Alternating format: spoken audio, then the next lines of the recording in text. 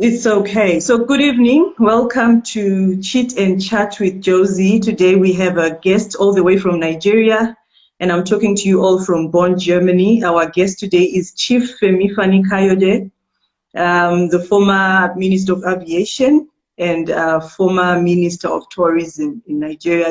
I think he's held a lot of portfolios. But Chief, before I even go anywhere or get anywhere, I have 3 questions for you. Why do they call you voice of the voiceless?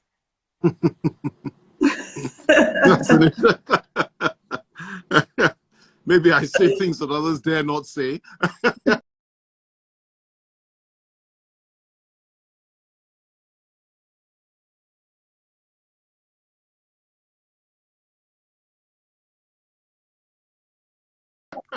No, it's an honor to be. It's an honor to be given such a title, if you like, and Okay. yeah, maybe because I tend to speak out quite. It's an honor. Yeah. Okay. And Odom Agu. I hope I'm pronouncing this very well. Otomagu. You've been doing your research, yeah. You know, when you're interviewing. Yes. It means when you're interviewing. When you're interviewing someone of your portfolio, you have to do your proper research, yeah? Oh, you've done a lot of research. Not many people know about that. Yes. Tiger, like it's Igbo. And somebody with the heart of a tiger and the heart of a lion. That's what it means. And again, a lot of people tend to call me that. So it's quite an honor once again. And okay. And Odogu Eze. Who's been giving you all this information? Goodness no, me. Don't worry. King of the warriors. Yes, I know that one. I had to ask that before I say it on air. What does it mean exactly? King of the warriors. That's what that one means. You know. Okay. So, yeah, it's an honor. Is there any other that I left out that we should know? There are so many. Ayonfe Olong. That means the beloved of the Lord. And then Ayonfe Olong, the beloved of the Lord. And then there are so many. There are so many. Okay.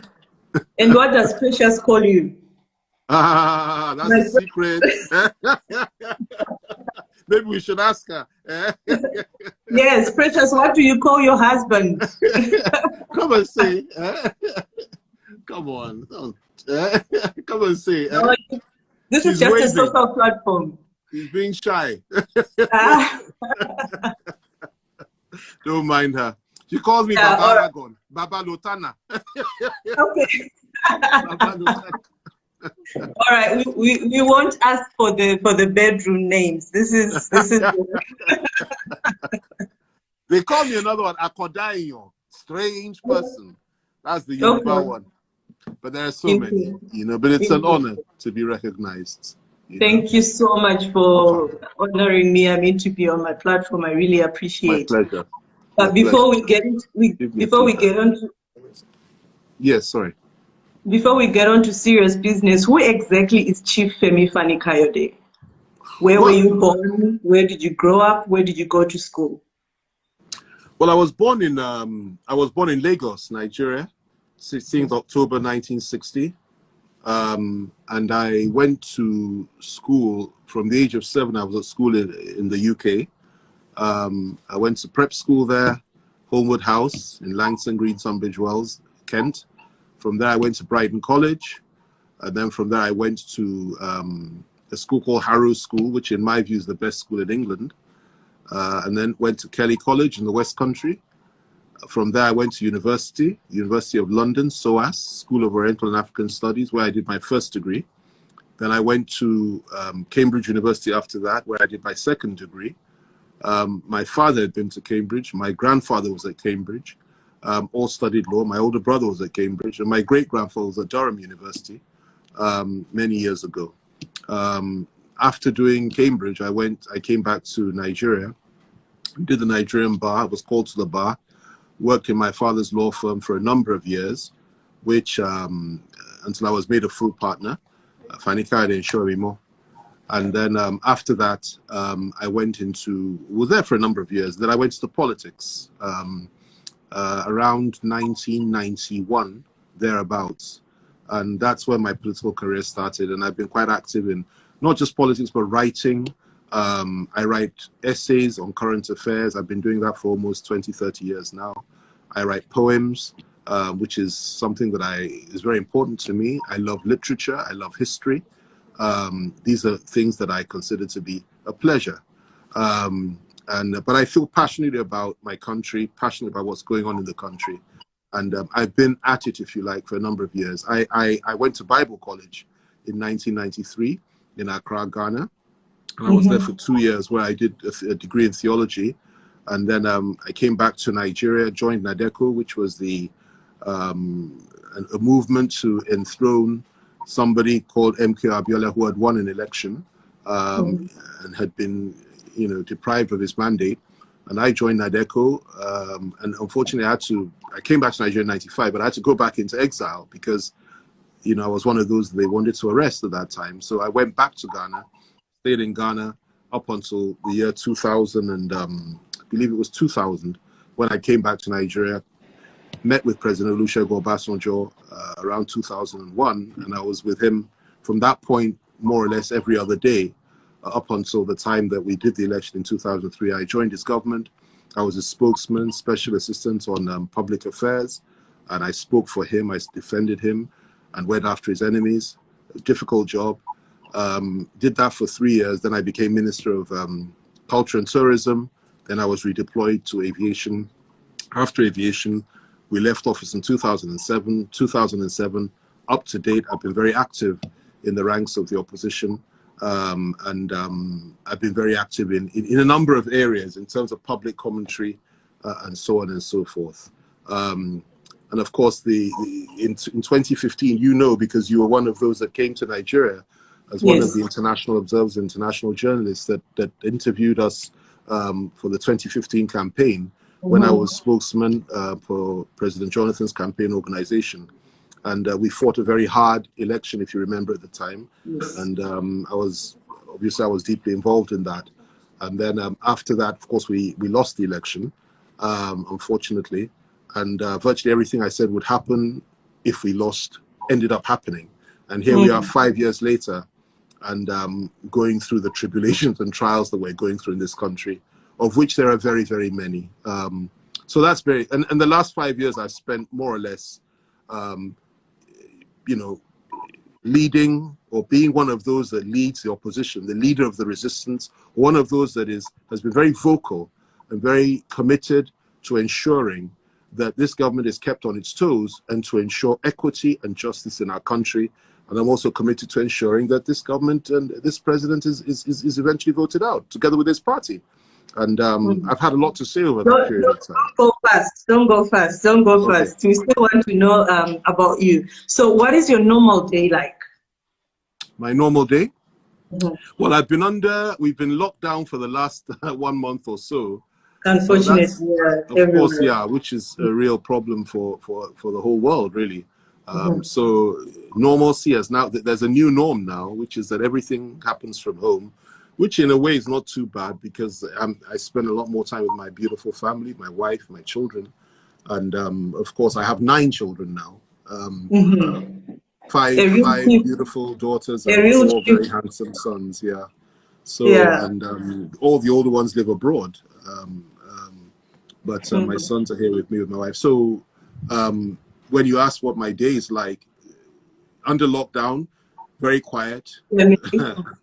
And as you can imagine, spend a lot of time with the family. But before then, of course, I was very busy, always traveling over the country, always researching, always working hard and trying to make ends meet, trying to take care of my family, and also trying my best to stand against what I believe is a tyrannous government, a government of tyranny, a government that has divided our country, and a government which I believe has actually destroyed the future of our people and our country. And that in itself is a very, very difficult task, a risky task.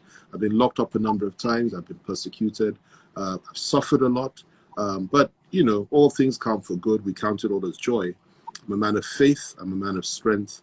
And, you know, I'm prepared to pay any price for the truth. I'm prepared to do anything to ensure there's equity in my country, to ensure that the oppressed are represented and spoken for, and to ensure that the right thing is done. And speaking of COVID-19, I mean, the whole world is on standstill. The whole world, you know, is stuck because of the COVID-19, the coronavirus. Do you think Nigerian government is doing enough to try and curb the virus? Well, you know, well, let me put it to you like this. I believe there is an element of commitment from every reasonable human being to ensure that our people are safer and to ensure that we're in a position to fight this terrible plague. But you know, if you look at the facts and statistics, it's a little bit worrying. Why do I say that? We have a country of 200 million people, and yet out of 200 million people, only 10,000 people have been tested. And that's where the problem starts. We've only had about 10,000 people, according to government figures, that have been tested for this disease. And in view of that, you have to ask yourself, you know, what really is our situation? Because 10,000 tests cannot possibly reflect the, you know, what's really going on in this country in terms of the spread of the infection. What makes it worse is that this disease, you know, 90% of the people that have this disease are asymptomatic, which means that nobody knows. Most people, 9 out of 10 people, don't even know that they have it. They show no symptoms, and yet they can still infect others in that situation. So if you look at it like that, it's a very, very complex, disturbing, and daunting task, and a very frightening situation, because most people, 9 out of 10, don't know they have it, as if they have it, but of every 10, 9 don't know they have it. They can still spread it. And once they start spreading, it goes on and on and on. So I think the first thing that we need to do in this country, quite apart from lockdowns, quite apart from palliatives for those that don't have money to take care of their family, quite apart from all that, and I appreciate we need to do all that, the first thing is we have to get more testing done. More people have to be tested in order for us to know what we're dealing with. The more the tests, the easier it is to know how widespread this disease is, and then we really know what to do. Quite apart from that, I'm a great believer in the lockdown. I don't think it's wise to let it be lifted too early.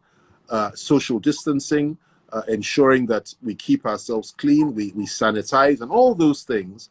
But at the same time, in our context, in our country, you need to ensure that you also have palliatives in place. Because our people, I mean, Nigeria under Buhari has become the world's capital for poverty in the world, according to the World Bank, the IMF, and a number of other. So we need to ensure that the palliatives are there. People don't have food to eat. So you've got to do both. Even if you keep people at home, you have to make sure, when you keep people at home, you have to make sure they have food, you have to make sure they have money in their account, you have to make sure they have access to their basic needs in order for them to be able to take care of themselves and their family. But Chief, I realize that there's also some resistance from some people in Nigeria. Even here on the comments as you're talking, I see someone say that there's no coronavirus in Nigeria, it's all propaganda. I mean, so do you think there's enough awareness for people that still believe that coronavirus doesn't exist? There's no doubt about that. You see, look, the whole coronavirus, nobody can say there is no coronavirus. Of course there's a coronavirus. There is a virus. It's a very complex situation, a complex problem, which would take us a number of hours to really discuss in depth. But let me just say this. The fact of the matter is that most of the deaths that are caused by coronavirus are actually not caused by the virus itself, but by related diseases. In other words, underlying causes, which are provoked, and coronavirus itself acts as a catalyst for that.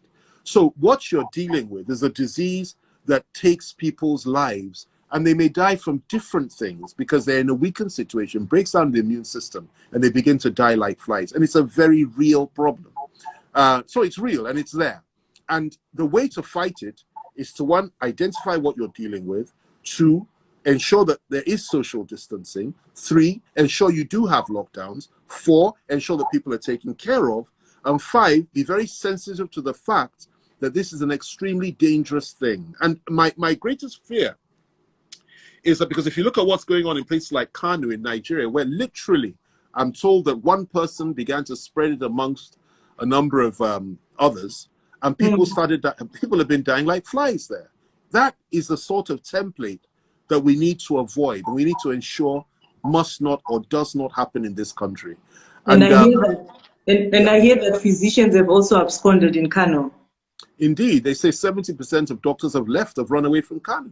And you know, but you know, we're back to the whole issue. The whole issue is very simple. We've only tested for 10,000 people, and out of 200 million. So we don't know where we are with this disease. There have not been enough tests. And even though the government, I must say, has tried their very best, and some of the state governments have done reasonably well, but we could do a lot better, and we need to take it far more seriously than we're doing. Now, Italy, China, Spain, the UK, the United States of America, certainly Germany, where you are, I suspect have reached a peak, and things will begin to get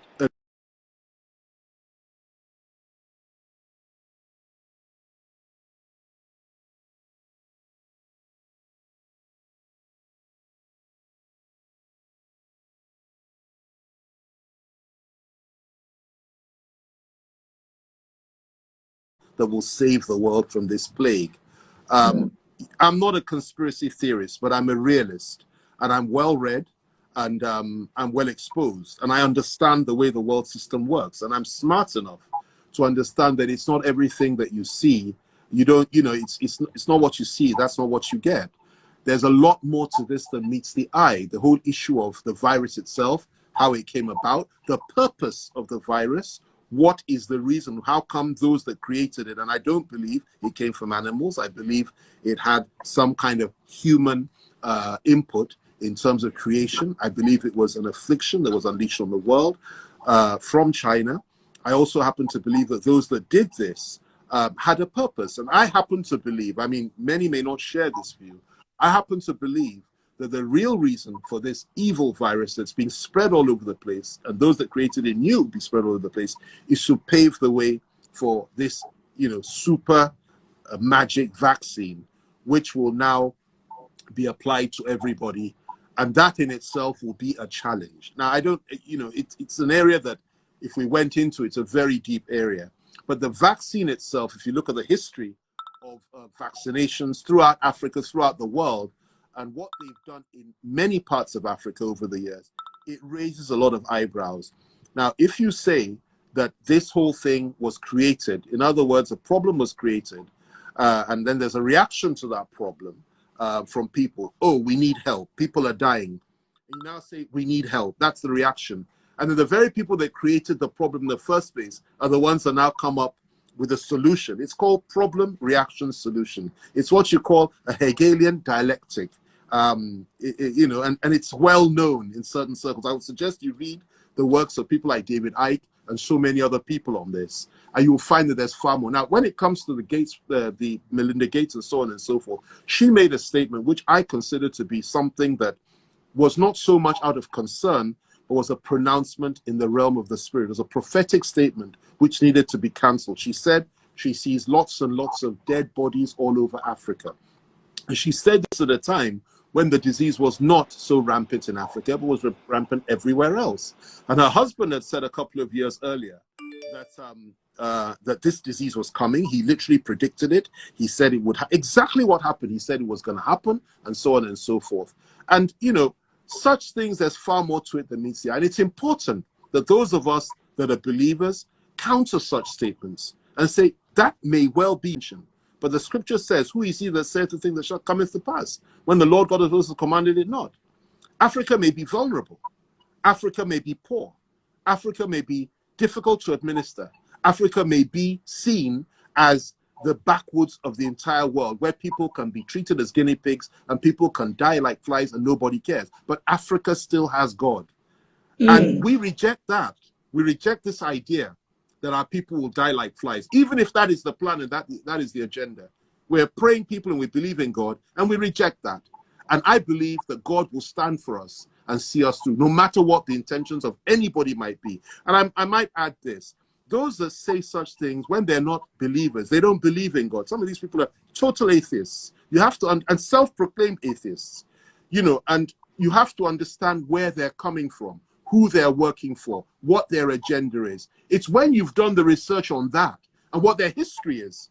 And if you doubt what I'm saying, read what Robert Kennedy and Stone, Trump's friend, and so many other people have said about the gates. Read what they've said about what's going on with 5G. Read what they said about what's going on with the coronavirus, its real origins. Read what they've said about what the intention is, what this vaccine intends to do, how they have what they call nanos in the vaccine, and how that will now all tie in with the end time prophecies of the Bible. Complex area, difficult for people to understand or accept. But people don't have to understand or accept it because it's going to happen anyway. But one thing I know, God will not leave us, and God is with us. And Amen. we need not fear because he's a faithful God. Yeah. All right. So speaking about China, you've been very vocal on the recolonization of Africa by China. Do you really think Africa can survive without the Chinese? Of course they can. I mean, you know, the record of the Chinese in Africa is atrocious, and they treat Africans like animals. They do that in China. That's been proved over and over again. They treat us like animals in Africa itself. They own half of Zambia now. They come in with loans, and once you can't repay those loans, they become very nasty. And it's a recolonization through, or a colonization through debt. That's what they're doing, and they're very brazen about it. They have no human rights in their own parts of the world. Therefore, they can't export anything that is possibly akin to human rights or decency. And their role in this whole coronavirus thing, at the end of the day, they're going to come out looking very, very bad, because a lot of questions are being asked about their role. So even if you love China, which is a very difficult thing for any black person or African to do, their role in the coronavirus, the way it came to pass, the way in which they manipulated the World Health Organization to ensure that the truth didn't come out for a very long time. And Trump has a very, very good point there. And by the way, I should say that Trump is one of those that I believe in strongly and that stood against this evil agenda which is unfolding in the world. And God is using him mightily. Take it or leave it, that's the truth. But Trump exposed them. And I know that when America comes out of this, and she will, when the West comes out, and she will, all of us will, China will need to prepare itself for a massive payback for the damage they've done to the world, the number of people that have died, the number of businesses that have crumbled, the economic recession and depression that's coming as a consequence of this, and the suffering that the world has seen. They will have to pay a terrible price for what they have inflicted on the world. All right, let's now talk about Nigeria, the country that you're very passionate about, your country that you love dearly. I mean, I've spoken to you. But you know that. I know that. But I have one question before we dwell deep into Nigeria. When you look at President Muhammadu Buhari, what do you see as Chief Femi Fani-Kayode? That's a very, very difficult, provocative question. But let me start by saying this. I do not hate President Buhari. I don't have hate for anybody. I'm a believer, I'm a Christian, and it is not in me to hate anybody. What I hate are the things that his government has done over the last 5 years. I have a few friends in the government because I'm a politician and I know a lot of people across party lines. But because you're my friend or associate does not mean to say that I will not call you out. If I choose to speak to you privately, I will. If I choose to speak against you publicly, I will. My position for the last 5 years is to call out this government, is to try and keep them on their toes. Why? Because I want them to do the right thing. But the more we try, the harder we try, the worse it gets. President Buhari has divided our country on ethnic and religious lines. President Buhari has introduced a Fulanization agenda in our country. President Buhari has introduced an Islamist agenda in our country. President Buhari literally